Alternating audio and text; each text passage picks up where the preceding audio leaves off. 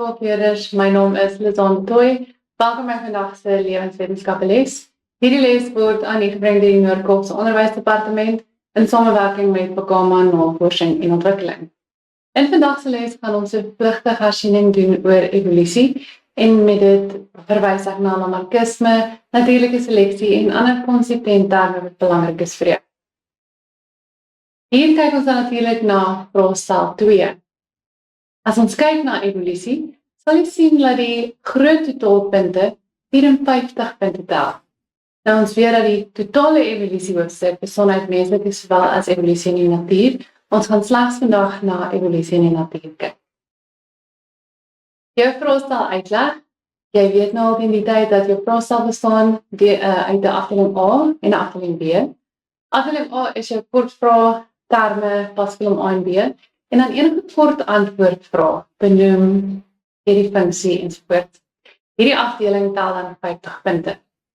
Afdeling B is jou meer in diepte analysevrae, interpreteer en toepassingsvrae. Hierdie afdeling bestaan uit 2 vrae en hy tel saam 100 punte. Saam is jou vraestel 250 punte en jy het 2,5 uur om dit te voltooi. Hulpbronne wat jy tot jou beskikking het en waarvan jy asseblief gebruik moet maak, is as volg. Eerstens natuurlik Mind the Gap en SIPS materiaal. Jy kan ook gebruik maak van uitsendingslesse soos hierheen en weblesse. Dan my heel gunsteling ou vraestelle van die tienersertifikaat-eksamen sowel as die rekord-eksamen. Wanneer jy hierdie vraestelle gebruik, maak seker dat jy die nasie en riglyne byderhand hou, sodat jy presies kan identifiseer waar punte vir 'n vraag toegeken word. Dan ook jou eksamenriglyne. Eksamenriglyne moet altyd by jou wees wanneer jy leer, sodat jy kan seker maak van bewoording of dat jy kan afdik wat se konseptueel reeds onder die knie het. En dan laastens natuurlik die webtuiste education.gov.za. Van die nasienbeginsels wat in vraestel 2 nogal na vore kom. Indien die vraag vir tabulering vra, so tabulering word vereis, maar jy antwoord in 'n paragraaf, gaan jy die punte vir die tabulering verloor. Lees dit asseblief noukeurig. Ek het al voorheen ook gesê, onthou, vraestel 2 is 'n leesvraestel. Dit vat jou tyd en identifiseer presies wat in die vraag vir jou gevra word. Indien jy vloeidiagramme teken om 'n proses te verduidelik in plaas van dit in paragraafvorm aan te bied, kan jy geen punte vir die vloeidiagram ontvang nie. Dan as die taal wat jy gebruik in jou antwoord, die bedoelde betekenis van jou antwoord verander, gaan jy ongelukkig daai punte probeer. 'n Voorbeeld wat ek altyd gebruik, is die spelling van deoksiribose. Deoksiribose word met 'n DE gespel. Sodra jy dit skryf DI of DI, verloor jy die punt omdat DI of DI iets anders in lewenswetenskap beteken. Onthou, as jy berekeninge moet doen, skryf altyd die mates neer wat vir jou gegee word. Die eenhede. Kom ons kyk wat ons vandag nog gaan kyk. Aan die einde van die les behoort jy die volgende aanbieding gekry. Bewyse vir evolusie.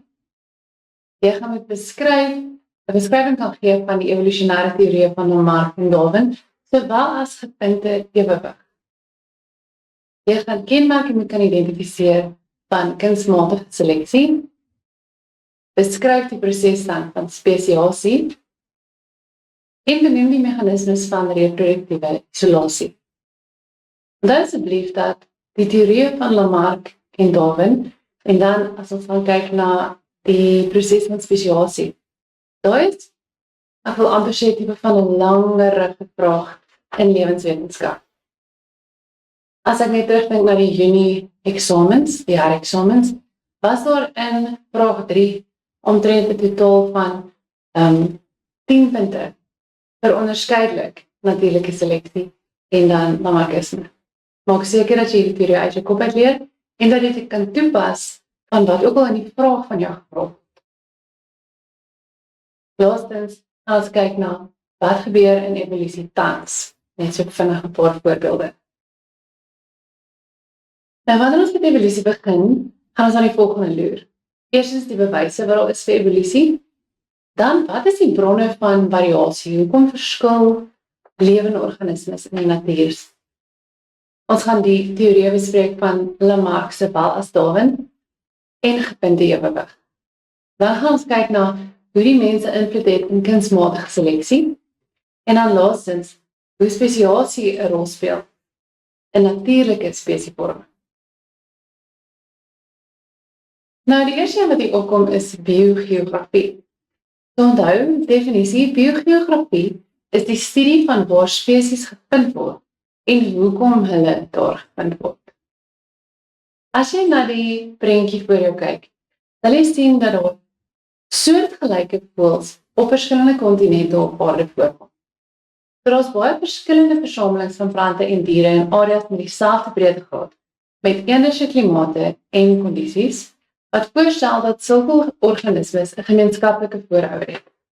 As jy loer net so vinnig na die bou van die volstruis, wat ons in Afrika kontinent vind, en dan die emu, wat ons in Australië vind, kan jy sien dat hulle bou dieselfde is, hoewel ons weet, hierdie twee voëls is nie van dieselfde spesies nie. Ons sê dan, die bewyse vir evolusie hier is biogeografie. Nog 'n bewys van evolusie is dan die voorkoms van fossiele. So verskillende fossiele word in verskillende rotslae gevind, met die oudste fossiele in die oudste rotslaag, saam met die oorgangsfossiele. Nou onthou dat jy in graad 10 alreeds oorgangsfossiele bestudeer het, soos die Archaeopteryx of die Pteronoxodon.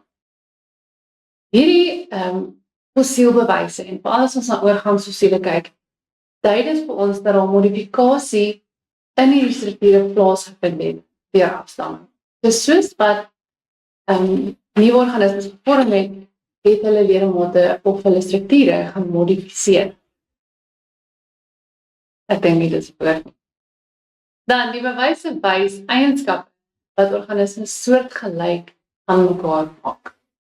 Klein voorbeeldjie, jy het phalanxe in jou hand en dieselfde struktuur kom voor in 'n pad se pin. Modifikasie deur afstamming. Dan het ons natuurlik genetiese bewyse. Nou jy het reeds die hoofstuk van genetika bestudeer en ek is seker jy het alreeds opgesom vir vraestel 2 vir genetika. Onthou dat spesies wat naby verwant is, 'n groter ooreenkoms teenoor mekaar het as afgeleë spesies. En hulle deel dus meer onlangse gemeenskaplike voorouder. Hier kan ons dink aan 'n voorbeeld van die mens en die chimpansee. Ons is baie nader verwant en ons het 'n groter ooreenkoms teenoor mekaar in terme van genetika. As ons dink aan ons en teenoor maar 'n lemur, ons twee is definitief afgeleë spesies. So daar is baie minder ooreenkomste in ons DNA en ons genetika. Nou kry ons natuurlik genetiese bewyse vir hoekom daar variasie is. Wat hierdie lekker maak is dat jy dit reeds in meiose bestudeer. Hierdie is net so opskerping van daai hoofstuk. So genetiese bewyse dat organismes naby verwant is en waarskynlik 'n gemeenskaplike voorouder deel, sluit die volgende in. Onthou dat jy hierdie moet kan doen. Eerstens, identiese DNA-struktuur. Nou praat ons van suksofase en volgordes. Dan enderse volgorde van gene. Ons kyk ook na enderse gedeeltes van DNS met geen funksies nie, so daai junk DNA, nie koderende DNS. En dan enderse mutasies wat ons in mitokondriale DNS. Die oorsaak van genetiese variasie is dan natuurlik nommer 1 oorkruising, wat in profase 1 van meiose plaasvind. Dit behels die uitreiling van genetiese materiaal wat lei tot nuwe kombinasies van moederlike en vaderlike genetiese materiaal in elke nuwe sel wat opkomstig. Die volgende voorbeeld is dan nou willekeurige rangskikking. Onthou dat moederlike sowel as vaderlike kromosome hulle self likraak of willekeurig rangskik of die sel ewenaar gedurende metafase. Die verskillende kombinasies van kromosome en kromatiede word toegelaat. Elke sel wat afkomstig is hiervandaan het dan verskillende gene. Dan het ons dan natuurlik ook willekeurige bevrugting. So daar is willekeurige bevrugting tussen verskillende eierselle en verskillende spermselle wat deur meiose gevorm is. Want eers het ons verskillende genetika in hierdie gamete, en dan so elke gamete is geneties anders, en dan het ons willekeurige paring van hierdie verskillende gamete. Ons het dan ook willekeurige paring tussen organismes van die spesie, wat tot verskillende nageslagte lei. En dan weet ons ook definitief dat mutasies die struktuur van 'n geen of kromosoom verander, en dus verander dit dan die organisme se genotipe. Ons eerste evolusieteorie waar ons gaan kyk is Lamarckisme. So Lamarck het die volgende waargeneem gedurende sy studies. Want jy moet in ag neem, hierdie is baie jare gelede. So hy het gesê dat lewende spesies verskillend is van diegene wat in die fossielrekord gevind is. So hulle lyk anders. Hy het ook gesê dat magma-optem en selektiewe teeling van wilde plante en diere daartoe gelei dat plante en diere verander. Ons kan sien hy was op die regte spoor. Dan ook dat kruisteeling van plante baie keer lei na die verskeiding van nuwe eienskappe in die nageslag. Hy kon net nie vasstel hoe hierdie nuwe eienskappe werklik vorm. So het hy wette geskep om sy oorerwingsteorieë te verduidelik. Die eerste een is die wet van gebruik en ongebruik. Lamarck het geargumenteer dat as 'n struktuur meer gereeld gebruik word, die struktuur dan sal vergroot in die opeenvolgende generasies. Ons wens ek hierdie was waar. Met ander woorde, as 'n struktuur nie gebruik word, sal hierdie struktuur dan verklein en kan dit verdwyn in die opeenvolgende generasies. Byvoorbeeld, nie kortnek gebruik nie, en in die ander een langnek gebruik. Die tweede wet wat hy voorgestel het, is die oorerwing van verworwe eienskappe. So hy het ook verduidelik dat organismes hierdie veranderde strukture vanaf hulle ouers kan erf. Met ander woorde, die nuus wat ontwikkel het as gevolg van gebruik en ongebruik, word dan oorgedra aan die nageslag. Hierdie het hy oorerwing van verworwe eienskappe genoem. Eienskappe wat gedurende die lewe van 'n individu ontwikkel het, verworwe eienskappe, kan aan die individu se nageslag oorgedra word. Aan die ander woorde, as ek baie gym, rus nageslag het. Hoe word hierdie wette toegepas? Kom ons kyk. So die verklaring vir die langnekkige kameelperde is die populairste of voorbeeld wat ons gebruik om hierdie te verduidelik. So nommer 1, alle kameelperde het kort nekke gehad. Die blare wat hulle vanaf die bome geëet het, was hoog. So die kameelperde moes hulle nekke strek om by die blare uit te kom. Soos hulle gestrek het hulle nekke al langer geword. Hulle nakomelinge is met lang nekke gebore, en dit lei daarna dat die nageslag almal lang nekke het. Let asseblief op die geel gemerkte dele. So 'n vraag in 'n eksamenvraestel kan vanaf 3 punte en meer tel, mits jou bewoording korrek is. So wanneer dit Lamarck se teorie is, moet jou verklaring begin met alle kante, almal het kort nekke gehad. Dan dui jy oor hoe hulle die eienskap verander het, wat gebeur het, en dat hulle nakomelinge toe met hierdie nuwe eienskap gebore is. Jy eindig dan deur te sê, dis hierdie huidige geslag, almal hierdie nuwe eienskap. Onthou asseblief wat ek sien wanneer ons nasien, is die fout wat leerders maak om te sê, die kamele kies om hulle nekke te strek. Asseblief vermy daardie woorde totaal en al. Hulle strek hulle nekke. Nou weet ons, waar ons nou huidiglik is, dat Lamarck se wette totaal verwerp is. So Lamarck het geargumenteer dat eienskappe wat deur ouers verwerf word, na hulle nageslagte oorgegaan. 'n Organisme kan nie besluit om sy DNA te verander nie. Gregor Mendel, het bewys dat slegs die organisme se genotipe 'n impak op sy fenotipe kan hê. In ander woorde, geen gestrekkery wat lei na lang nekke nie. Dan kom ons by die teorie wat ons huidiglik aanvaar vir bewys, verklaring vir evolusie. Dit is dan natuurlik Darwinisme. En dit is 'n vinnige agtergrond. Charles Darwin het 'n boek gepubliseer in 1859. Dit was On the Origin of Species by Means of Natural Selection. Sy teorie van evolusie het bestaan uit twee hoofidees, twee dinge wat hy geobserveer het. Die eerste een is, spesies was nie gevorm in hulle huidige toestand. So met ander woorde nie soos wat hulle nou is, huidiglik, soos jy hulle sien nie. Maar hulle het geëvolueer vanaf 'n gemeenskaplike voorouder. En dan tweedens, sy voorstel vir evolusie was dan natuurlike seleksie. As jy hier agterkant van die skerm kyk, sal jy sien die teorie van walvisevolusie. Het begin met 'n landlewende dier, en as gevolg van spesiasie en natuurlike seleksie, het ons opgeëindig met wat ons vandag ken as 'n walvis.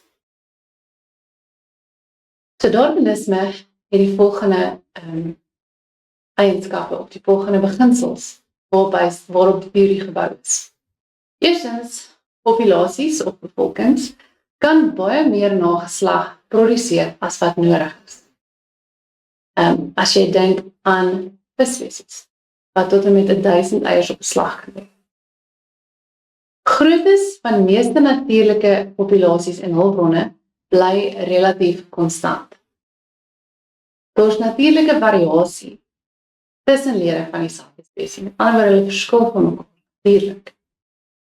Sommige eienskappe is oorerflik en word so na die volgende generasies oorgedra.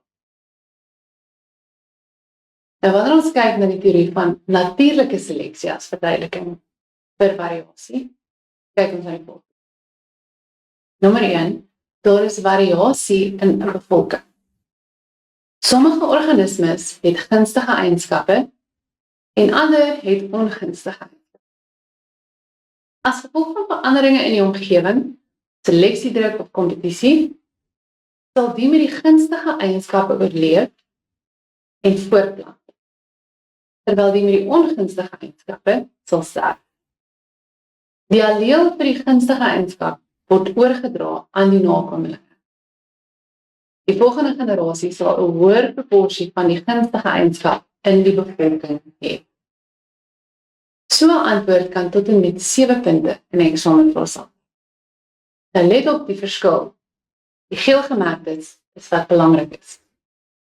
So hier begin ons met daar is variasie in 'n bevolking. Dan aan die einde sê ons ook dat die alleel, omdat ons nou al reeds van genetika weet, die alleel vir die gunstige eienskap word oorgedra, en later sê ons dat die bevolking nou 'n hoër proporsie individue met gunstige eienskappe sal hê. Leer asseblief die volgorde en bewoording van hierdie uit jou kop uit vir die eksamen, maar weet dat jy dit nie net so gaan neersit nie. Jy gaan 'n vraag kry en jy gaan hierdie moet van toepassing maak op 'n spesifieke situasie. Maar ons sal later kyk hoe om dit in te vervang. Alright, kom ons kyk na die volgende aktiwiteit. So, 'n bevolkinglike bane op eiland A was goed aangepas om hoofsaaklik op insekte te voed. Wetenskaplikes het 5 volwasse paardelike bane na 'n nabygeleë eiland B geskep. Hier het hulle geëvolueer en 'n nuwe bevolking gevorm. Eiland B het 'n groter voorsiening van taaiplante gehad en minder insekte. Blootstelling aan hierdie voeding mag dalk evolusie onder die likebane veroorsaak het. 36 jaar later het wetenskaplikes teruggekeer na die eiland. Hulle het waargeneem dat die grootte van die likebane se kake toegeneem het. Nou is die vraag, gebruik Darwin se teorie van natuurlike seleksie om die verandering in kaakgrootte in die likebane te verduidelik. Nou moet jy eerstens gaan loer na eiland A se likebane en waarop hulle gevoed het. Soos dit aangedui, hoofsaaklik op insekte. So hulle kakebene was moeite kleiner. Dan die wat op eiland B voorgekom het hoofsaaklik op taaiplante gevoed. En dan sê hulle aan die einde vir ons, die grootte van die Likewone se kake het toegeneem. Met ander woorde, toe hulle 36 jaar later teruggaan het, meer Likewone groter kake gehad. Ek gee jou 10 minute om daai te verduidelik.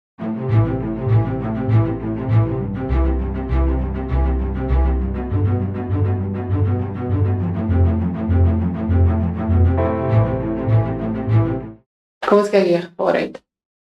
Nou het ek jou gesê, ons begin altyd met, daar is variasie.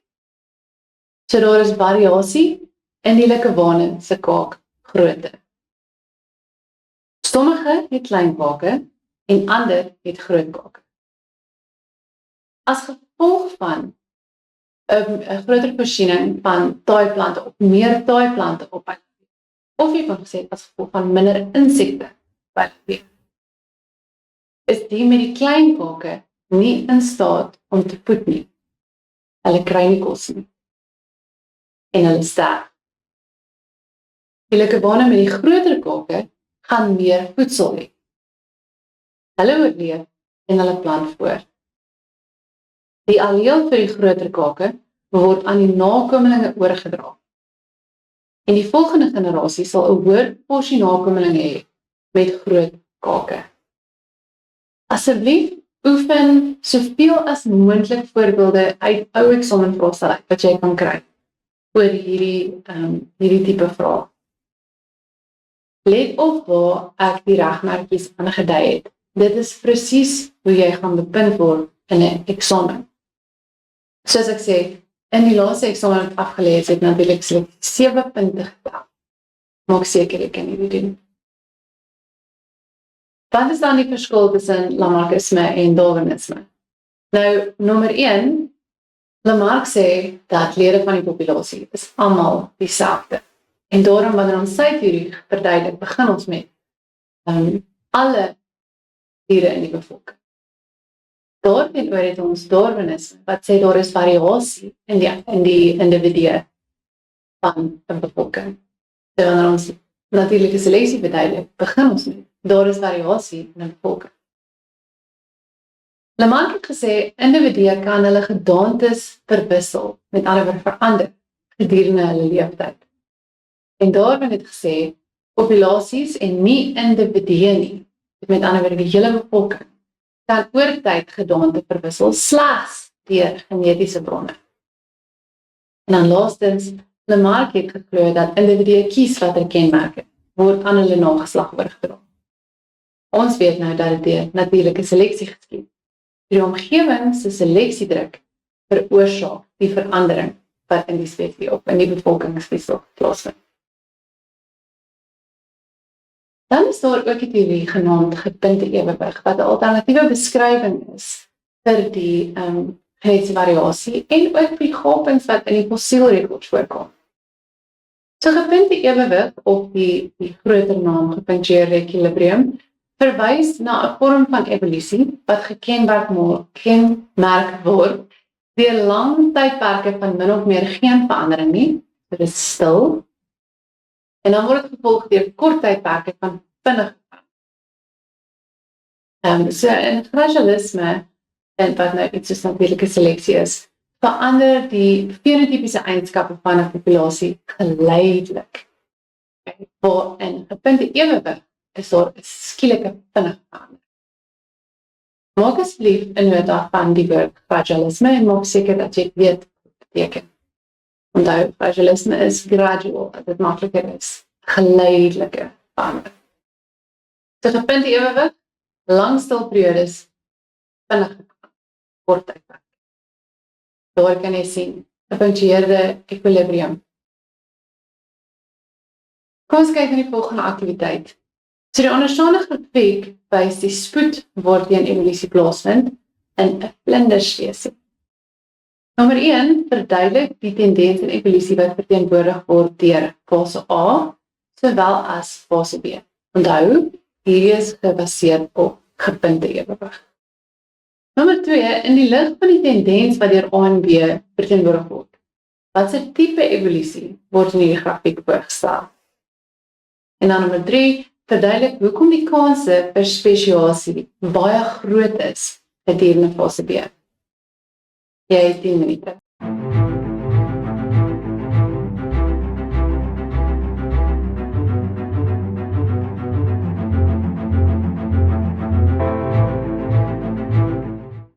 Kom ons kyk hoe jy gevaar. Eerstens, as jy na die grafiek kyk, sal jy sien dat fase A 'n stiltydperk of 'n reguit lyntjie aandui en dat B 'n styging in die evolusie as aandui. So fase A is dan natuurlik geen evolusionêre verandering vind hier plaas nie. Die spesies is in ekwilibrium met sy omgewing. Dan vir fase B het ons 'n versnelde evolusionêre verandering as gevolg van vinnige omgewingsverandering. In die lig van hierdie tendens, watter tipe evolusie is dit? Dit is definitief gepunte ewewig of gepunktueerde ekwilibrium. Dan praat by nommer 3, hoekom is die kanse vir spesiasie groot gedurende fase B? So gedurende fase B sal spesies met voordelige eienskappe, met ander woorde wat geskik is vir die omgewing, oorleef en voortplant. Spesies wat die nie of die ongunstige eienskap het, sal sterf. Dit is die kans vir spesiasie baie groter gedurende fase B as gedurende fase A. Dit bring ons dan by kunsmatige seleksie.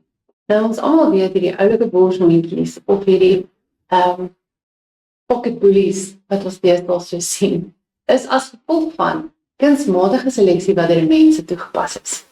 Onthou altyd dat kunsmatige seleksie is eienskappe wat vir die mens voordelig is.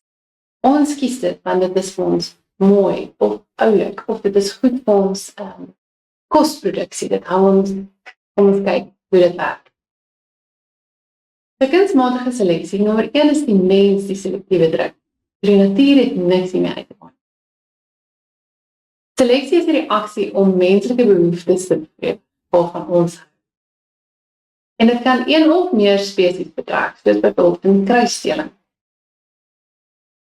Dis hier ook waar ietsie soos die liger na vore sal kom. Die kruising tussen die leeu en die dier wat definitief deur kunsmatige seleksie plaasvind. Spesiasie is ook 'n teorie wat jy uit jou kop uit moet ken en kan toepas tot 'n spesifieke vraag. Hierdie tipe verduideliking kan ook 5 punte en weer tel. So onthou asseblief dat die biologiese spesie konsep of die definisie vir 'n biologiese spesie is as volg. Dit is 'n groep organismes met soortgelyke eienskappe wat in dieselfde area leef en onder mekaar kan deel om 'n vrugbare nageslag te kry. So wanneer spesiasie plaasvind as gevolg van 'n geografiese versperring, verduidelik ons dit as volg. In die prentjie kan jy die hasse sien. So aan die linkerkant het ons withasse, en dan aan die regterkant is daar donkerder geskakeerde hasse. In die middel deur vloei daar 'n rivier of dit kan kontinentale dreiging toon. Nou vir ons verduidelik hoe hierdie spesies gekom het tot waar hulle so van mekaar verskil. Nommer 1. 'n bevolking word verdeel deur 'n geografiese versperring. Dit kan nou wees 'n rivier, 'n see, 'n berg of 'n dam. So daar is geen vloei tussen die twee bevolkings nie. Hulle was eers een en toe skei hulle en nou is daar geen paring of geen vloei tussen hulle meer. Hulle word elke bevolking, elke aparte bevolking, word aan verskillende omgewingstoestande blootgestel. Natuurlike seleksie gaan onafhanklik plaasvind in elkeen van die bevolking.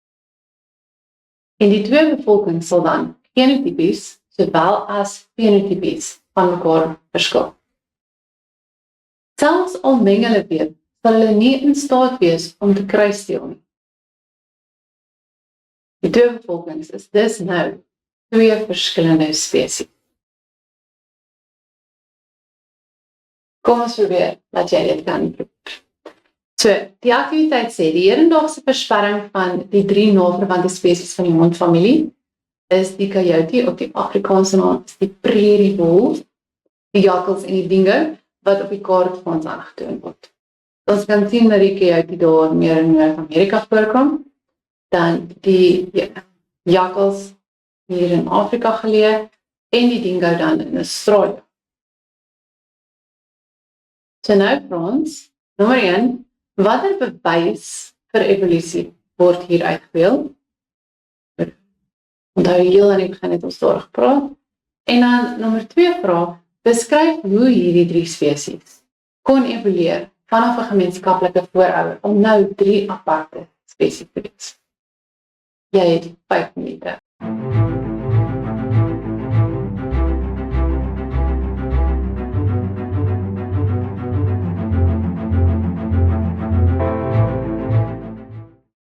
Alright, so as jy gesê biogeografie vir antwoord 1, is jy 100% korrek. Onthou die verspreiding van spesies met soortgelyke kenmerke kan daarop dui dat hulle dus van een kontinent afkomstig was. Dan nommer 2 die verduideliking van spesiasie, hoe hulle eers een spesies was en toe verander het, is dan as volg. So die oorspronklike bevolking het op 'n groot kontinent gewoon. Hulle is geskei as gevolg van kontinentale drywing of hulle is geskei deur die see. Daar was geen groei tussen hierdie 3 bevolkings nie, omdat die kontinente het wegbeweeg met mekaar. Elke bevolking was nou blootgestel aan verskillende omgewingstoestande. Hulle het onafhanklik deur natuurlike seleksie gegaan en die individue in elke bevolking het van mekaar begin verskil, genotipies sowel as fenotipies.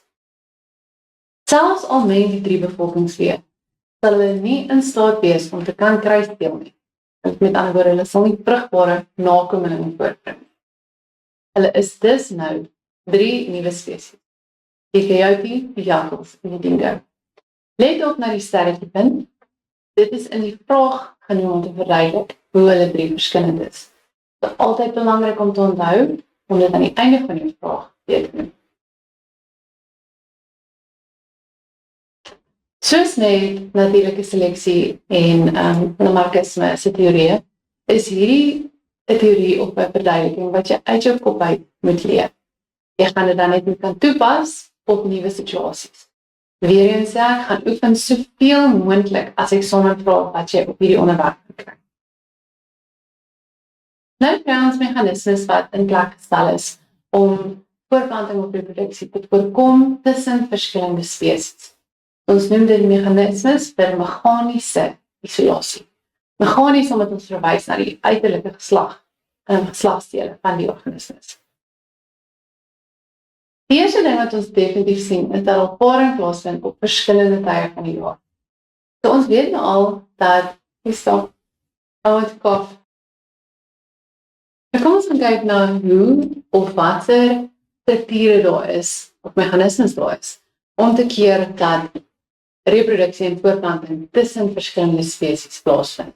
Ons noem hierdie meganismes meganiese isolasie. Die eerste ding wat ons nou kan kyk is dat al paring plaasvind op verskillende tye van die jaar. Ons praat van broeiseisoene, op hittekom, want ons weet dat verskillende diere op verskillende seisoene reg maak vir paring. Dan het ons ook natuurlik spesies-spesifieke hofmaker. Ek sê altyd vir my leerders dat die diermannetjie, gaan nie dink, of die dierwyfie is iets, gaan nie dink dat die volstruismannetjie met sy oranje skenkels, sy skene, aantreklik is nie.